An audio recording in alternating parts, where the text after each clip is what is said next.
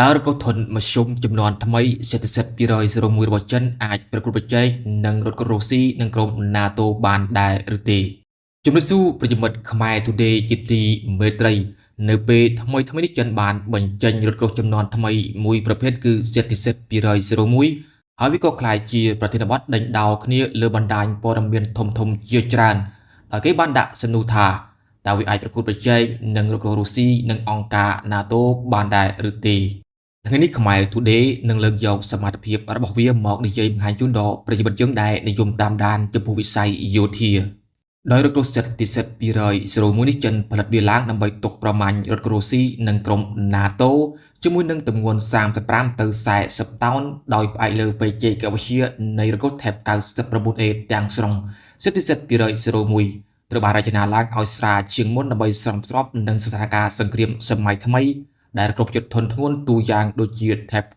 99និង T90 ជាដើមពិបាកក្នុងប្រតិបត្តិការសឹកនារដូវវស្សាដោយសារតែទម្ងន់ដ៏ធ្ងន់របស់ពួកវាដូច្នេះចិនផលិតនៅរថយន្តជំនាន់ថ្មីនេះឡើងដើម្បីឲ្យមានលទ្ធភាពចូលប្រយុទ្ធគ្រប់សមរភូមិនិងគ្រប់រដូវកាលរថយន្តធុននេះបំពាក់ទៅដោយកាំភ្លើងធំកណ្ដុង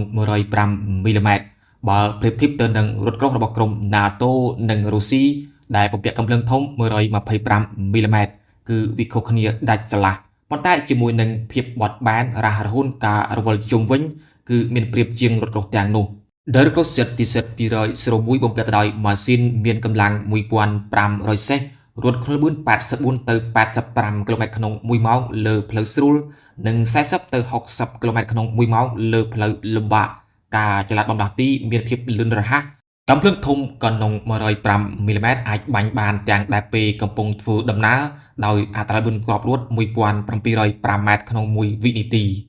នៅលើដំបូលឬក៏តូរ៉េតរបស់វាមានបំពាក់នៅប្រព័ន្ធជាច្រើនដូចជាប្រព័ន្ធការពារ APS ដែលជាប្រព័ន្ធសម្រាប់ការពារពីការវាយប្រហារតាមផ្លូវអាកាសដូចជាគ្រាប់មីស៊ីលនិងដ្រូនជាដើម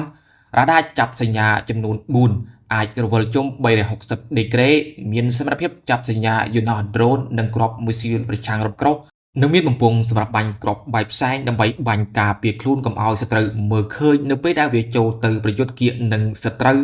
ចំណែកបន្ទះដៃដែលស្របការពារវាអាចការពារពីការវាយប្រហារដោយគ្រាប់មីស៊ីលប្រឆាំងរថក្រោះគ្រាប់កំភ្លើងយន្តគ្រប់ធួនវាមានប្រព័ន្ធទប់លំនឹងនៃការបាញ់ប្រព័ន្ធស្វែងរកគោលដៅប្រព័ន្ធទំនាក់ទំនងប្រព័ន្ធប្រឆាំងនឹងសង្គ្រាមអេឡិចត្រូនិកជាដើមCitizen 201ត្រូវបានគេប្រៀបធៀបថាវាមានសមត្ថភាពខ្លាំងដូចទៅនឹងរថយន្តជំនាន់ទី4 T14 អមតារុស្ស៊ី Type 10ជប៉ុន KF51 អាល្លឺម៉ង់និងកាលពី Black Panther កូរ៉េខាងត្បូងនិង A5X របស់សហរដ្ឋអាមេរិក